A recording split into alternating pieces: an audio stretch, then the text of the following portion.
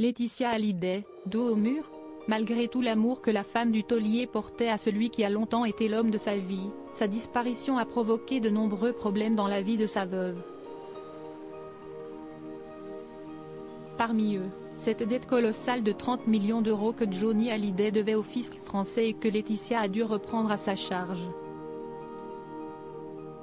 Pour faire face à ce défi financier énorme, la mère de Jade et Joy n'a eu d'autre choix que de se résoudre à vendre les biens de son époux décédé, notamment sa grande demeure à Marne-la-Coquette. Pourtant, après plusieurs années de mise en vente sur le marché, la maison ne trouve pas acquéreur. Laetitia a récemment tenté son va tout en faisant appel à une célèbre famille d'agents immobiliers pour la vendre, mais le temps commence à presser alors que le Trésor public montre des signes d'impatience. Sur Touche pas à mon poste. Ce mercredi 11 janvier, le chroniqueur Gilles Verdet a apporté quelques détails sur l'affaire, expliquant que les raisons de l'absence de conclusion de vente seraient dues au prix trop élevé du manoir, fixé par Laetitia. Il y a une grosse marge de négociation sur la maison parce que si c'est assez urgent pour elle.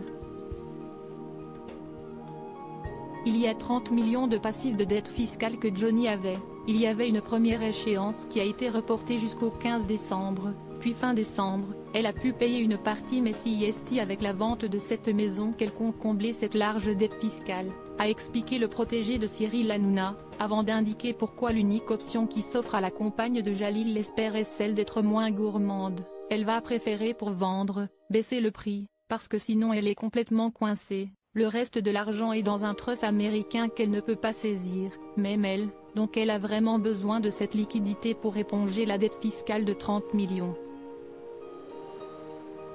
Laetitia Hallyday, sa love story avec Johnny. Laetitia Hallyday, comment elle entretient la flamme Johnny 5 ans après la mort du taulier, la famille Hallyday n'a toujours pas pansé ses plaies.